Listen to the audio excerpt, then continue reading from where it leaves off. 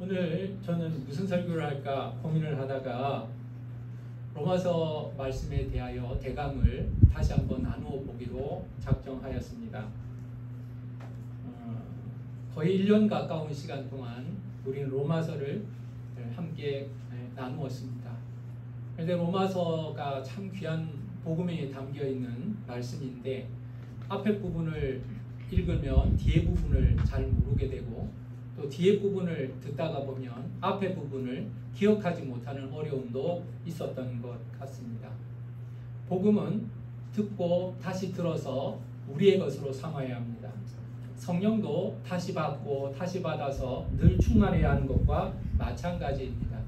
그래서 오늘 저와 여러분은 일반적인 설교라기보다도 하나님께서 주셨던 이 로마서의 말씀들을 하나하나 구절을 확인하면서 이 전체의 대강을 정리하고 또 이 복음을 통해서 우리에게 주시는 하나님의 은혜가 어떠한 것인지를 다시 깨달아 보려고 합니다.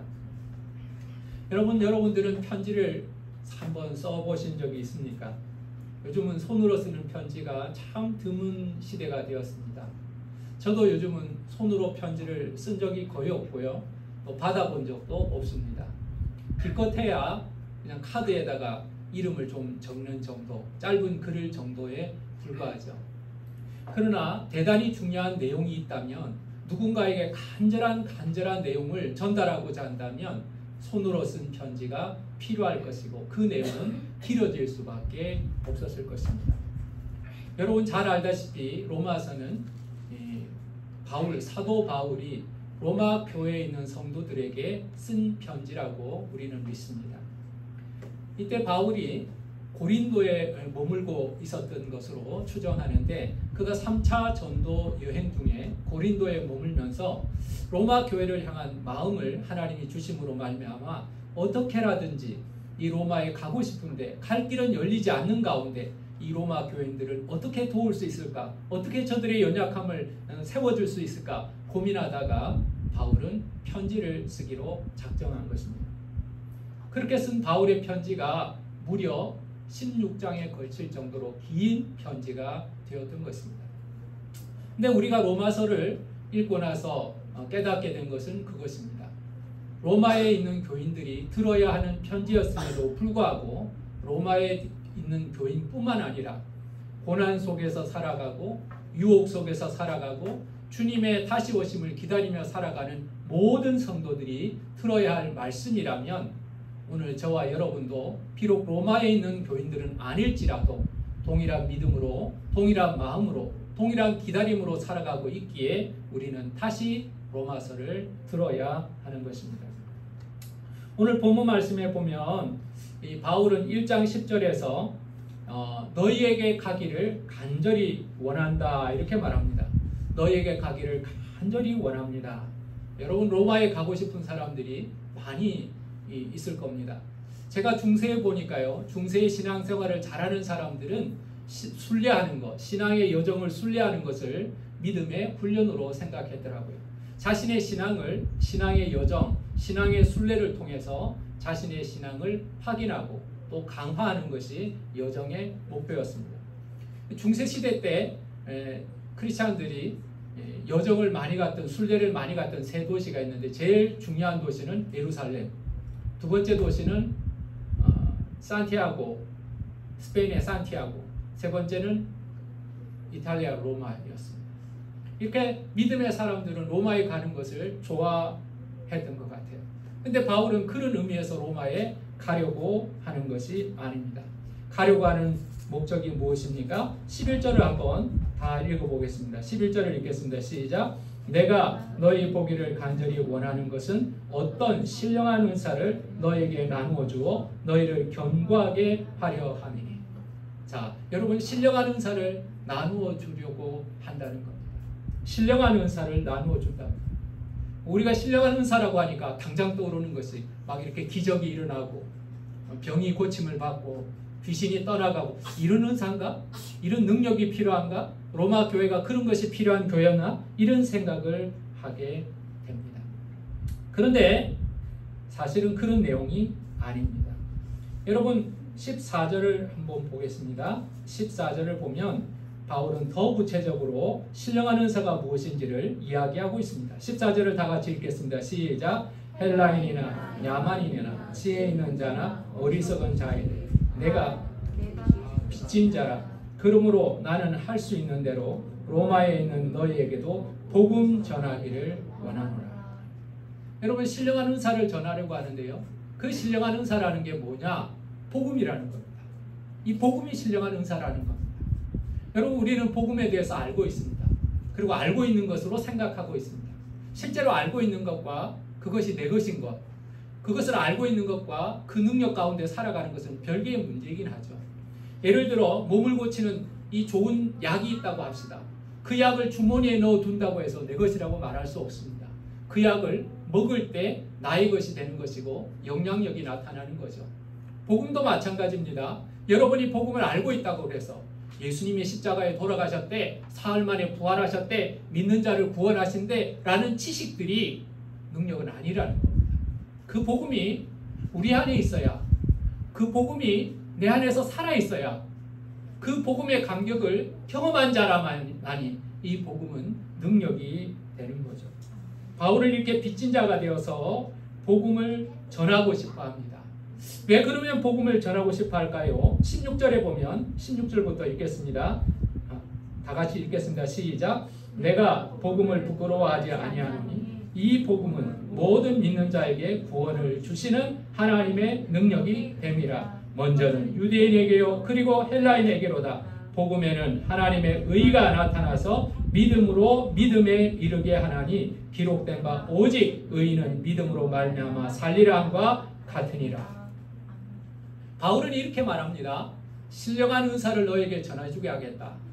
그리고 신령한 은사가 뭔가? 그건 복음이다. 그럼 왜 복음이 신령한 은사인가? 복음에는 하나님의 능력이 나타난다. 그렇게 말했습니다. 그래서 오늘 설교의 제목은 하나님의 능력이라고 표현했습니다. 복음은 하나님의 능력이라는 거예요. 복음이 하나님의 능력이라는 거예요.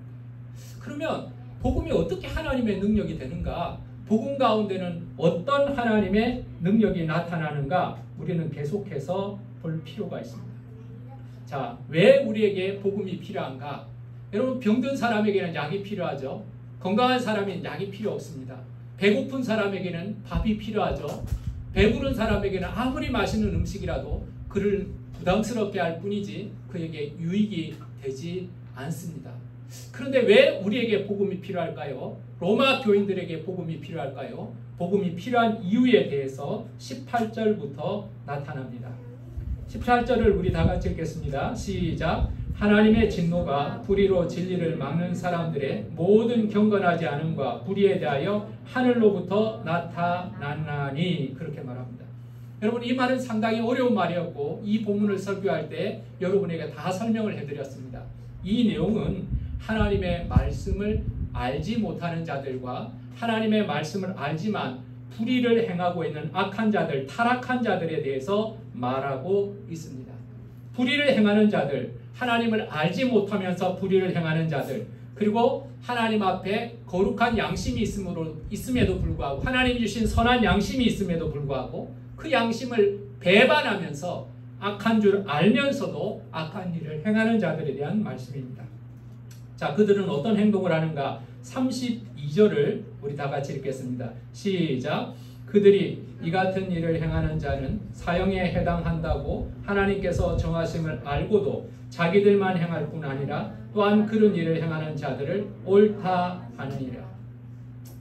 자, 여러분, 하나님을 거절한 사람들, 하나님이 없는 사람들, 하나님을 믿지 않는 사람들, 하나님을 알만한 것을 그 자연 속에 심어놓으셨고 하나님을 알만한 것을 우리 양심 속에 허락하여 두셨지만 그 하나님께서 알게 하신 것을 거절하고 불의한 줄 알면서도 그 불의를 행하는 자들에게 하나님께서는 어떤 일들이 일어난다고 말씀하십니까?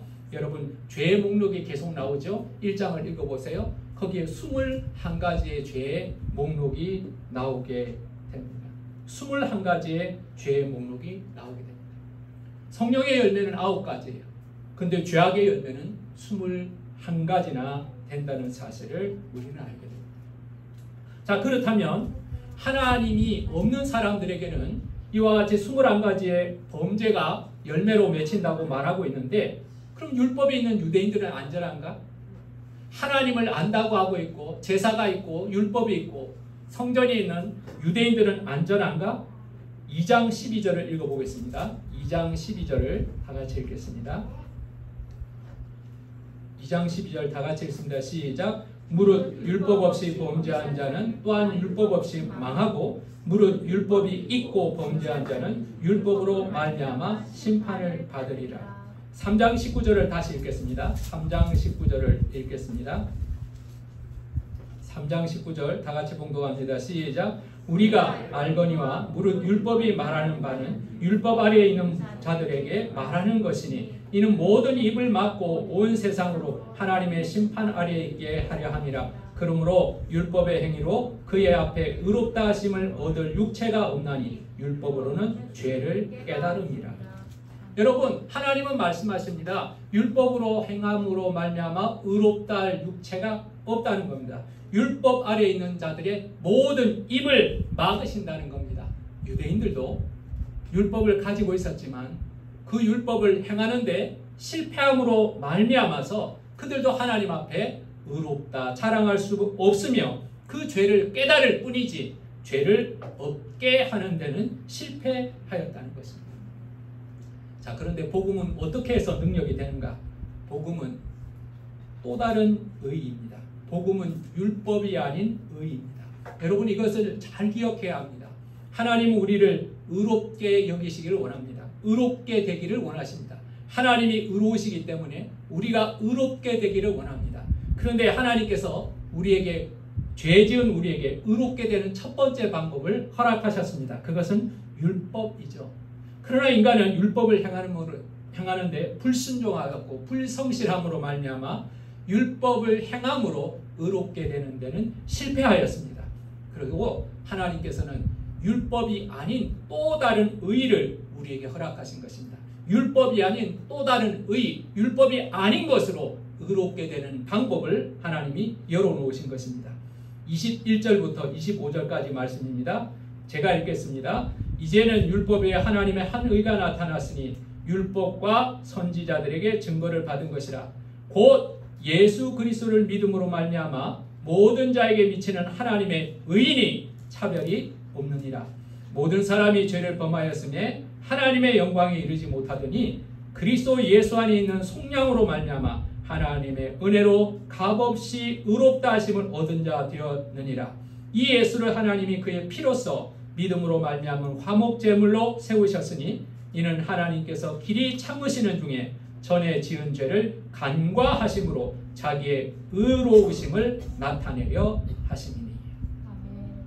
여러분, 이 말씀이 복음의 설명이 정말 깊이 있게 잘 되어 있는 말씀입니다.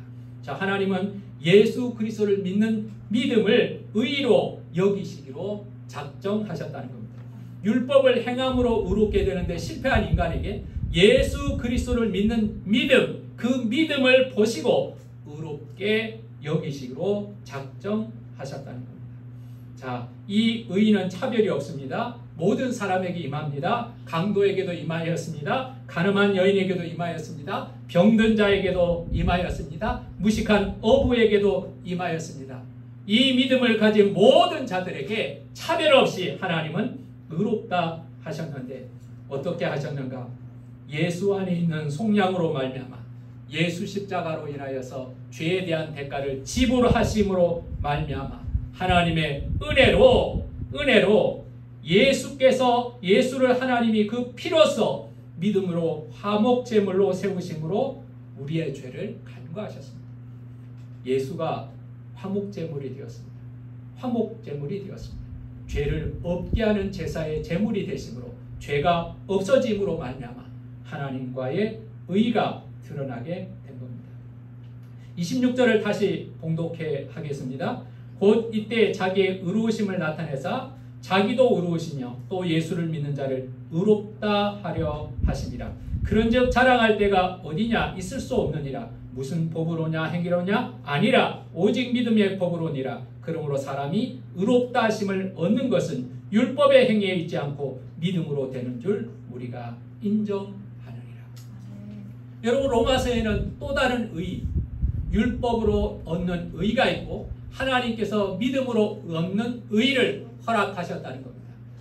믿음으로 의롭게 되는 의가 우리에게 주어졌다. 그것이 복음이라는 겁니다. 자, 그런데요, 이 믿음으로 얻는 의는 구약 성경에 없었던 것이 아니라는 겁니다.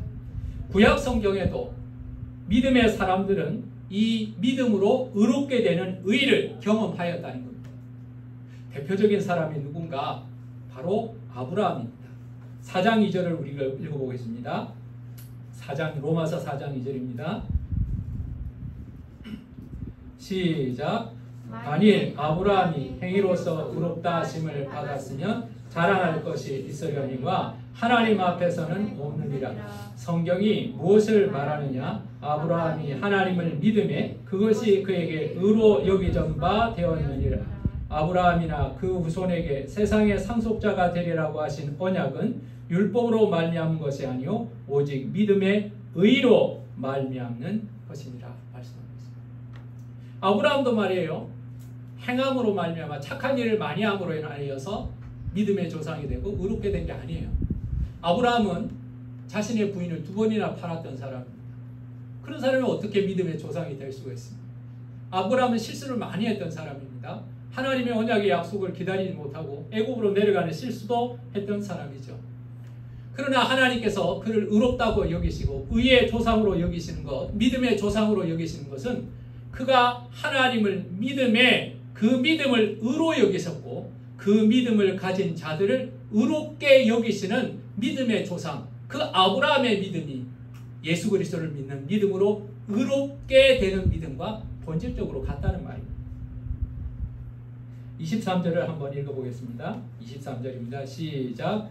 그에게 의로 여겨져 기록된 것은 아브라함만 위한 것이 아니요 의로 여기심을 받을 우리도 위함이니 곧 예수 우리 주를 죽은 자 가운데서 살리신 이를 믿는 자니라. 예수는 우리가 범죄한 것 때문에 내줌이 되고 또한 우리를 의롭다 하시기 위하여 살아나셨느니라. 여러분, 아브라함이 가졌던 믿음이나 예수가 죽었다가 살아나신다는 것을 믿는 믿음이나 똑같다는 거예요. 아브라함이 아들 이삭을 바치면서 어떤 믿음을 가졌는가? 하나님께서 아들 이삭을 번제로 드리라 그럴 때 그는 거절하지 않았습니다. 하나님이 그렇게 말씀하신 적도 없었고 하나밖에 없는 아들이고 그 아들조차 하나님이 주신 것인데 그는 거역하지 않았습니다. 왜요? 아들을 죽은 자 가운데 살리시는 분이라는 것을 그는 믿었기 때문에 그렇습니다. 죽은 자 가운데 살리시는 하나님을 믿었기 때문에 그렇습니다. 오늘 저와 여러분이 예수가 죽음에서 부활하셨다, 사흘 만에 부활하셨다, 우리의 죄를 지시고 십자가에서 죽으시고 부활하셨다는 믿음이 있다면 아브라함의 믿음과 여러분의 믿음, 저의 믿음은 같은 믿음이라는 것입니다. 이 믿음을 가지고 결국 복음을 누리게 됩니다. 복음을 통하여서 믿음으로 의롭게 됩니다. 그럼 의롭게 된 결과가 뭔가? 5장 1절에 복음의 결과가 나옵니다. 다 같이 읽어보겠습니다. 시작. 그러므로 우리가 믿음으로 의롭다 하심을 받았으니 우리 주 예수 그리스도로 말미암아 화평과 화평을 누리자. 여러분, 복음의 결과가 하나님과 화평을 누리는 것입니다. 우리가 복음이 없을 때는 죄 가운데 있었고 죄 가운데 있는 자들은 하나님과 원수가 된 상태입니다. 죄의 지배를 받는 상태죠. 하나님의 지배를 받지 못합니다. 하나님의 음성을 듣지 못합니다. 하나님의 인도하심을 받지 못합니다. 죄와 친하고 세상과 친했어요.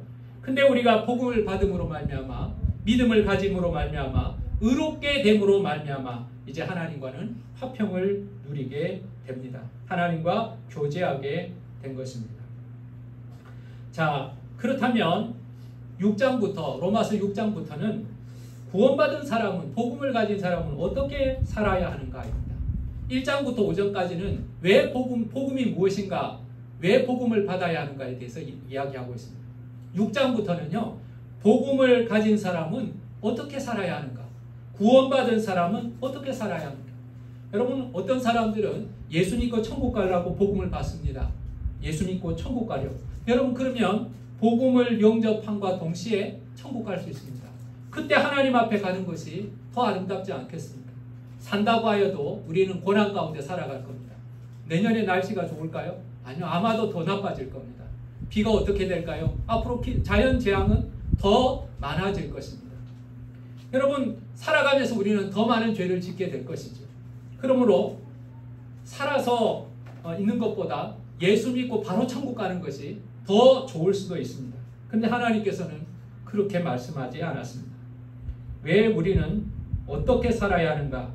복음을 가진 사람들은 어떻게 살아야 하는가에 대해서 6장 1절을 말하고 있습니다.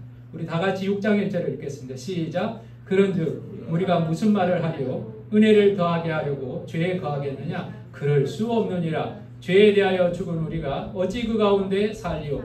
무릇 그리스도 예수와 합하여 세례를 받은 우리는 그의 죽으심과 합하여 세례를 받은 줄을 알지 못하느니라.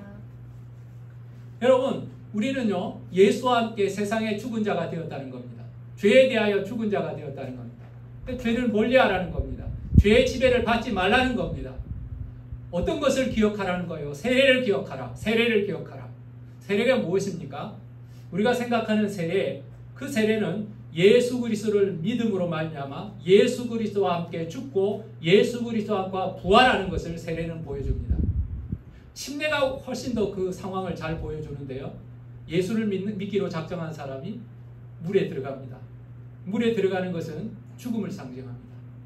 들어갔다가 물에서 나옵니다. 그 부활했다는 것을 의미합니다. 중요한 것은 예수 그리스도와 함께 물에 들어가고 예수 그리스도와 함께 물에 나옵니다. 이건 뭘 말합니까? 예수 그리스도와 연합하게 되었고 예수 그리스도의 십자가에 동참하게 되었고 예수 그리스도의 부활을 우리가 경험하게 되었다는 것을 의미하는 겁니다. 그러므로 예수가 십자가에 못 박혀 죽으신 것과 같이 우리는 죄에 대하여 죽은 자가 되었다는 겁니다. 6절 말씀을 다 같이 읽겠습니다. 6절입니다. 시작. 우리가 알거니와 우리의 옛사람이 예수와 함께 십자가에 못 박힌 것은 죄의 몸이 죽어 다시는 우리가 죄에게 종로로 타지 아니하려 함이니 이는 죽은 자가 죄에서 벗어나 의롭다 하심을 얻었으니라. 이와 같이 너희도 너희 자신을 죄에 대하여는 죽은 자요 그리스도 예수 안에서 하나님께 대하여는 살아있는 자로 여길지어다. 나는 죄에 대하여 죽은 자라는 것을 알아야 합니다. 나는 죄에 대하여서는 죽은 자입니다. 이 말은 나는 죄에 대하여서는 죽은 자와 같습니다 라는 뜻입니다. 여러분, 사람이 죄가 있었어요. 붙잡혀요. 형무소에 가요. 징역, 무기징역, 사형, 이 여러 가지 형벌을 받을 수가 있습니다. 근데 그 사람이 거기서 죽었다고 쳐봅시다. 그러면 그 죄는 더 이상 묻지 않습니다. 그 사람이 엄청난 벌금을 내야 합니다. 그 사람이 죽었습니다. 그러면 그 사람에게 벌금을 내라고 하지 않습니다. 감옥에 오래 들어가 있어야 합니다. 그러나 그 사람이 죽었습니다. 그러면 하루도 감옥에 들어가지 않습니다. 이것이 바로 죄에 대하여 죽었다는 의미, 형벌을 면제받게 되었고 자유케 되었다는 것을 의미하는 것입니다. 여러분, 저와 여러분은 죄에 대하여 죽은 자입니다. 죄에 대한 요구가 없습니다. 죄에 매여 있지 않습니다. 죄의 종로를 타지 말아야 한다는 것입니다. 또한 여러분, 6장 12절을 보면은 그러므로 너희는 죄가 너희 죽을 몸을 지배하지 못하게 하고 몸을 사욕에 순종하지 못하게 하라고 말합니다. 죄가 지불하지 못하고요. 사욕이 순종하지 마라. 사욕에 순종하지 말라고 말합니다. 이 사욕이라는 것은 타락된 본성을 말합니다. 인간은 태어날 때부터 아담과 하와로부터 물려받은 죄된 습성이 있습니다. 이걸 우리는 원죄라고 말합니다. 죄를 가르쳐주지 않아도, 거짓말을 가르쳐주지 않아도, 때리지 않아도 아이들은 그런 것들을 스스로 하고 있습니다. 우리는 사욕, 타락된 본성이 있기 때문에 그러합니다. 그런데 하나님께서는 말씀하십니다. 사욕에 순종하지 말라. 너희들은 그런 타락된 본성에 순종하지 말라. 근데 여러분, 이게 쉽지 않습니다. 정욕이 얼마나 강한지요? 탐욕이 얼마나 강한지요? 물질에 대한 욕망이 얼마나 강한지요? 쉬고 싶고 게으르고 싶고 높아지고 싶고 나를 비난하고 싶은 이 죄된 습관들이 얼마나 매력적인지요? 끊지를 못하죠. 이것과 싸워서는 감당이 안 됩니다. 사욕에 순종하지 말아야지. 사욕에 순종하지 말아야지. 죄에 굴복하지 말아야지. 여러분, 그것과 싸우다가는 절대로 이길 수가 없습니다. 그럼 어떻게 해야 합니까? 등을 돌려요. 그리고는 우리를 너희 지체를 불의의 무기로 죄에게 주지 말고 너희 자신을 죽은 자 가운데서 다시 살아난 것 같이 하나님께 드리며 너희 지체를 의의 무기로 하나님께 드리라는 것. 하나님께 드리라는 것. 하나님께 드리라는 것. 하나님 앞에 매이라는 것. 6장 16절에 보면 너희 자신을 종으로 내주어 누구에게 순종하든지 그 순종함을 받는 자의 종이 된다고 말씀하고 있습니다. 내가 순종하는 대상에 내가 종이 되는 거예요. 내가 죄에 순종하면 나는 죄의 종이 되는 거예요. 내가 의에 순종하면 하나님의 종이 되는 거예요. 그 선택은 내가 하는 거예요. 너희가 본래 죄의 종이었더니 너에게 전하여 준 바 교훈의 본을 마음으로 순종하여 죄에서 해방되어 의에게 종이 되었다는 것. 여러분, 우리는 의의 종이 되었습니다. 그러므로 우리는 하나님께 드려야 하는 것입니다. 20절을 보면 의의 종이 맺는 열매가 나와 있습니다. 20절 말씀 보겠습니다. 너희가 그때 무슨 열매를 얻었느냐? 이제는 너희가 그 일을 부끄러워하느니 이는 그 마지막이 사망임이라. 그러나 이제는 너희가 죄로부터 해방되었고 하나님께 종이 되어 거룩함에 이르는 열매를 맺었으니 그 마지막은 영생이라. 그 유명한 구절이 나옵니다. 죄의 싹은 사망이요 하나님의 은사는 그리스도 예수 우리 주 안에 있는 영생이니라. 비교해 보라는 것. 여러분이 계속 죄의 종으로 살아갈 것인가? 사욕의 종으로 살아갈 것인가? 아니면 의의 종으로 살아갈 것인가? 하나님의 종으로 살아갈 것인가? 그 열매를 놓고 비교해 보라는 겁니다. 그 열매가 무엇입니까? 사욕은 매력적이지만, 사욕은 너무나 쉽지만, 많은 사람들이 가는 넓은 길이지만 그 사욕을 쫓아가면 사망이라는 열매를 거두게 될 것이고, 의의 종으로 살아가면 좁은 길이지만, 불편하지만, 힘들지만, 내 본성과 반하는 것이지만 의의 종으로 살아가기를 힘쓴다면 생명의 열매를 얻게 된다. 의의 열매, 생명의 열매를 얻게 된다고 말씀하신 것입니다. 8장 12절에 보면 예수를 죽은 자 가운데서 살리신 이의 영이 너희 안에 거하시냐. 여러분, 예수를 죽은 자 가운데서 살리신 영이 무엇입니까? 바로 성령님입니다. 우리가 죄의 종으로 살 것인가, 의의 종으로 살 것인가, 사망의 열매를 얻을 것인가, 생명의 열매를 거둘 것인가, 우리는 알고 있습니다.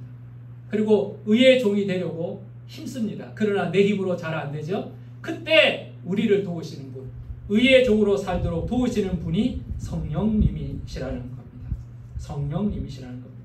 26절을 보겠습니다. 26절을 읽겠습니다. 이와 같이 성령도 우리 연약함을 도우시나니 우리는 마땅히 기도할 바를 알지 못하나 오직 성령이 말할 수 없는 탄식으로 우리를 하여 친히 간구하시느니라. 마음을 살피신 이가 성령의 생각을 아시나니 이는 성령이 하나님의 뜻대로 성도를 위하여 간구하십니다. 또 한 가지 우리가 기억할 것이 있습니다. 우리가 받은 구원은 흔들리지 않는다는 사실. 여러분, 우리는 때로 하나님에 대한 사랑을 의심할 때가 있습니다. 몸이 아플 때. 조금 아프면 괜찮아요. 근데 큰 병에 걸렸다고 생각합니다. 잘 고쳐지지 않는 병 가운데 고통할 때 하나님, 왜 다른 사람은 고쳐주는데 나는 고쳐주지 않습니까? 하나님에 대한 사랑을 의심합니다. 내가 원하는 것을 얻지 못하고 실패했을 때, 내가 원하는 것을 얻지 못했을 때 있잖아요. 그게 사업일 수도 있습니다. 학교 문제일 수도 있습니다. 환경이 우리를 지배합니다. 자, 그때 우리는 내가 하나님의 사랑 가운데 거하시는가? 하나님이 나를 사랑하시는 것이 맞는가? 이렇게 의심하게 됩니다. 그러나 그 위대한 사랑에서는 놀라운 하나님의 사랑이 로마서 8장 35절부터 기록되어 있습니다. 8장 35절을 한번 읽어보겠습니다. 시작. 누가 우리를 그리스도의 사랑에서 끊으리요? 환난이나 공고나 박해나 기근이나 적신이나 위험이나 칼이랴. 기록된 바 우리가 종일 주를 위하여 죽임을 당하게 되며 도살당할 양같이 여김을 함과 같으리라. 그러나 이 모든 일이 우리를 사랑하시는 이로 말미암아 우리가 넉넉히 이기느니라. 내가 확신하노니 사망이나 생명이나 천사들이나 권세자들이나 현재일이나 장래일이나 능력이나 높음이나 깊음이나 다른 어떤 피조물이라도 우리를 우리 주 그리스도 예수 안에 있는 하나님의 사랑에서 끊을 수 없느니라. 하나님의 구원은 영원한 구원이요, 흔들리지 않는 구원이요, 하나님의 사랑은 끊어지지 않는다, 이렇게 말씀하고 있습니다. 로마서 9장을 우리 9장을 보면 바울의 근심이 있습니다. 믿음의 사람은 근심을 안 해야 하잖아요. 근데 바울의 근심은 차원이 다른 그 근심입니다. 9장 1절을 제가 읽겠습니다. 내가 그리스도 안에서 참말을 하고 거짓말을 아니하노니 나에게 큰 근심이 있는 것과 마음에 그치지 않는 고통이 있는 것을 내 양심이 성령 안에서 나와 더불어 증언하노니 나의 형제 곧 골육의 친척을 위하여 내 자신이 저주를 받아 그리스도에게서 끊어질지라도 원하는 바로라. 내가 그리스도에게서 끊어져도 좋으니 내 형제와 골육이 하나님 앞에 구원받았으면 좋겠다는 거예요. 그들이 하나님을 알지 못하고 어둠 가운데 있는 것으로 인하여서 그는 너무나 고통하고 있다는 것입니다. 그렇다면 하나님은 이스라엘을 버렸는가? 예수 그리스도를 알지 못하고 십자가에 못 박은 그 유대인들을 버렸는가? 그는 실패하였는가? 그렇지 않습니다. 11장 1절을 우리 다 같이 봉독하겠습니다. 11장 1절입니다. 시작. 그러므로 내가 말하노니 하나님이 자기 백성을 버리셨느냐? 그럴 수 없느니라. 나도 이스라엘이니요 아브라함의 씨에서 난 자요 베냐민 지파라. 하나님이 그 미리 하신 자기 백성을 버리지 아니하셨나니 너희가 성경이 엘리야를 가리켜 말한 것을 알지 못하느냐? 그가 이스라엘 하나님께 고발하되 주여 그들이 주의 선지자를 죽였으며 주의 제단들을 헐어버렸고 나만 남았는데 내 목숨도 찾나이다 하니 그에게 하신 대답이 무엇이냐? 내가 나를 위하여 바알에게 무릎을 꿇지 아니한 사람 7,000명을 남겨두셨다 하셨으니 그런즉 이와 같이 지금도 은혜로 택하심을 따라 남은 자가 있느니라.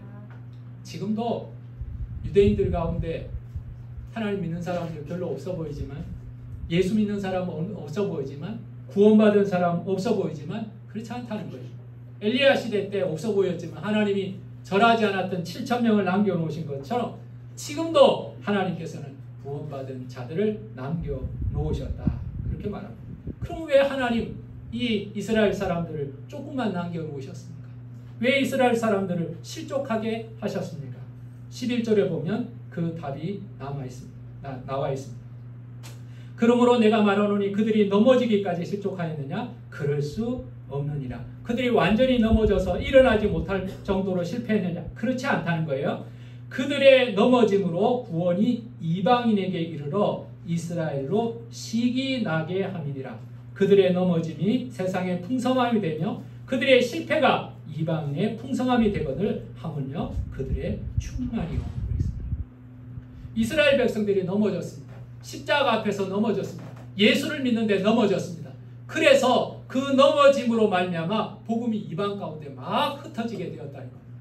이스라엘의 넘어짐이 이스라엘의 이방인들에게 축복이 되었다는 것입니다. 그런데 하나님께서는 그들도 풍성하게 하실 거랍니다. 그들을 충만하게 하실 거랍니다. 그들도 충만하게 하실 거랍니다. 그 유명한 가지 비유가 17절에 나옵니다.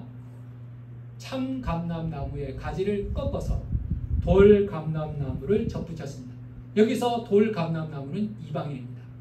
그러나 마지막에는 하나님께서 온 이스라엘이 잃어버린 이스라엘까지라도 충만한 수가 돌아올 때까지, 이방인의 충만한 수가 돌아올 때까지 이스라엘 백성들을 우둔하게 한 것이지 그들도 다 하나님 앞에 돌아오게 될 것이라는 것.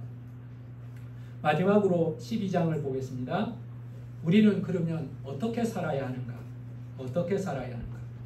12장 1절을 다 같이 봉독하겠습니다. 시작. 그러므로 형제들아 내가 하나님의 모든 자비하심으로 너희를 권하노니 너희 몸을 하나님이 기뻐하시는 거룩한 산 제물로 드리라. 이는 너희가 드릴 영적 예배니라. 너희는 이 세대를 본받지 말고 오직 마음을 새롭게 함으로 변화를 받아 하나님의 선하시고 기뻐하시고 온전하신 뜻이 무엇인지 분별하도록 하라. 여러분, 그럼 어떻게 살아야 될 건가? 이것이 결론이에요. 너희 몸을 하나님이 기뻐하시는 산 제물로 드리라는 거예요. 우리 몸이 하나님께 드려진 산 제물이 되어라는 거예요. 산 제물이라는 것을 기억하십시오. 구약의 제사는 죽은 제물로 제사를 드렸죠. 짐승을 죽어야 하나님 앞에 드릴 수 있어요. 근데 우리는 산 제물로 드리는 거예요. 살아있는 채로 하나님 앞에 아름다운 제사를 드리는 거예요. 여러분의 삶이, 여러분의 신앙이 하나님 앞에 드려지는 거룩한 예배예요. 여러분 몸을 하나님 앞에 거룩한 도구로 드려야 합니다. 그리고 마음은 어떻습니까? 마음은 이 세대를 본받지 말고 이 세상 사람처럼 참지 말고 변화를 받아서 하나님의 선하시고 기뻐하시고 온전하신 뜻이 무엇인지를 분별하도록 하는 것. 내 마음대로 살는 것이 아니라 이 시대를 쫓아서 사는 것이 아니라 선하시고 온전하시고 기뻐하시는 하나님의 뜻을 분별하면서 살아가는 것이 성도의 삶이라는 것을 우리는 볼 수가 있습니다. 마지막 로마서 16장 26절 마지막 구절 26절 하반절부터 27절까지 말씀을 제가 봉독하겠습니다. 이 복음으로 너희를 능히 견고하게 하실 지혜로우신 하나님께 예수 그리스도로 말미암아 영광이 세세 무궁하도록 있을지어다. 아멘. 여러분, 견고하게 하신다는 표현은 견고하지 못한 상태에 있다는 것을 의미합니다. 견고하지 못하다는 것은 흔들리고 있다는 것, 위험하다는 것을 의미하고 있습니다. 신앙은 도전을 받고 있습니다. 여러분의 신앙도 도전받고 있습니다. 세상의 문화를, 그리고 이단들에게, 그리고 여러분 안에 있는 이 정욕들 가운데 내 믿음이 도전을 받고 있습니다. 고난 속에서 우리는 또한 하나님에 대한 믿음을 의심하기도 합니다. 하나님, 내가 믿음을 가지고 있는데 나는 왜 이렇게 안 됩니까? 하나님, 나는 믿음을 가지고 있는데 왜 이렇게 아픕니까?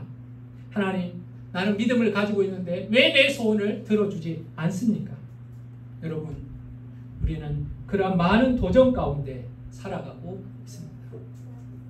신앙은 무엇인가?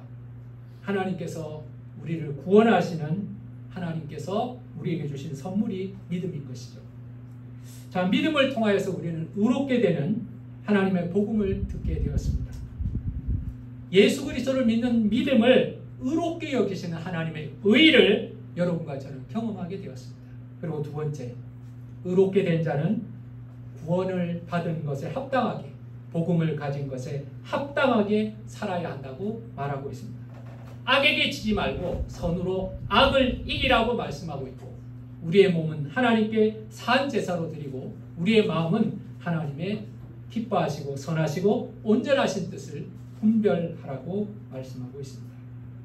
여러분, 믿음이 흔들릴 때, 낙심이 될 때, 우리의 구원에 대해서 두려움이 있을 때, 여러 가지 상황들이 여러분들을 두렵게 만들 때 우리는 다시 하나님의 말씀, 이 복음을 듣고 또 들어야 합니다.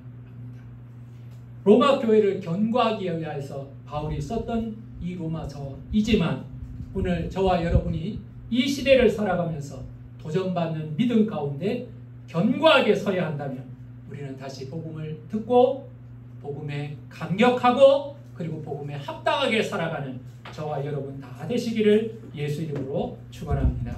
기도하겠습니다. 하나님, 우리가 긴 시간 동안 로마서를 함께 나누었습니다. 이 로마서는 로마 교인들에게만 주는 편지가 아니라 복음이 필요한 사람들, 그리고 복음을 가지고 살아가는 사람들이 기억해야 하는 말씀입니다. 하나님, 복음에는 능력이 나타난다고 말했습니다. 우리를 의롭게 하시는 하나님의 능력, 죄를 이기고 하나님의 거룩한 자녀로 삼는 능력이 복음 가운데 있음을 우리는 기억합니다. 복음에는 또한 하나님의 사랑이 있음을 알게 되었습니다. 로마서 8장 35절에 있는 대로 세상이 끊을 수 없는 놀라운 하나님의 사랑, 아들과 함께 그 모든 것을 더하여 주시는 하나님의 사랑이 복음 가운데 있음을 기억하게 하여 주시옵소서. 또한 우리가 복음을 가진 자라면 복음에 합당하게 살아가게 하여 주시옵소서. 죄의 종로로 타지 않고 의의 종로로 타게 하여 주시옵시고, 죄의 열매를 거두지 않고 의의 열매를 거두게 하여 주시기를 간구합니다. 우리의 몸은 산 제물로 하나님께 드리고, 우리의 마음은 하나님의 기뻐하시고 선하시고 온전한 신 뜻이 무엇인지 분별하며 살게 하여 주시옵소서. 복음을 알고 복음을 경험하고 복음의 열매를 거두며 살아가는 우리 모두가 되게 하여 주시옵소서. 예수님의 이름으로 기도하였습니다.